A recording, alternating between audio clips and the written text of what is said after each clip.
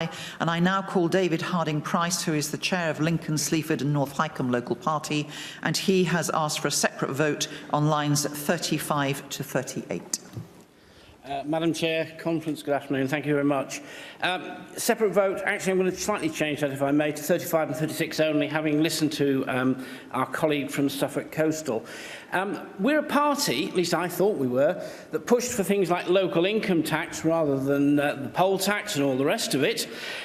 We go down the road of wealth rather than income tax.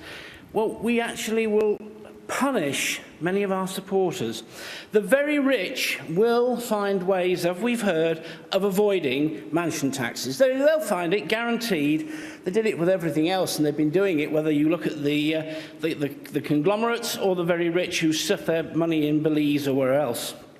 If we move to a system where it's wealth, the bankers who use their money to buy their Ferraris, pay for their champagne, pay for their penthouse, which of course they rent, they don't buy, they squander that money.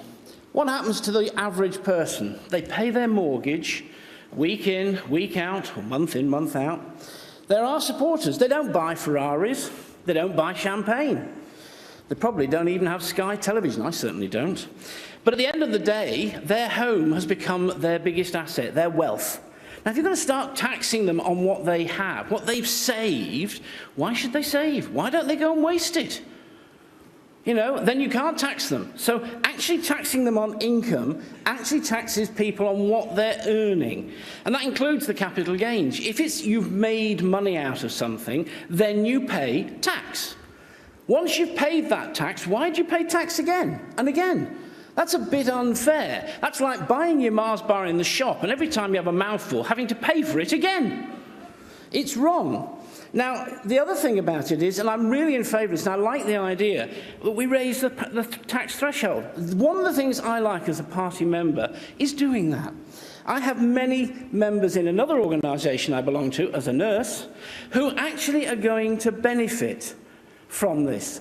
Day in, day out, they're on the wards, caring for people. If we can take them to pay less tax, they're getting something, because trust me, the trusts are taking their salaries and downbanding them on a regular basis.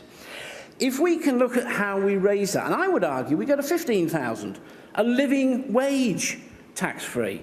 Because at that point, we're in a system where people say, actually, I want to go and work. I want to do something that's productive, that brings something into this country. Think about it this way. A loaf of bread is £1.50, whether you earn 15k, 150k, or 1.5 million.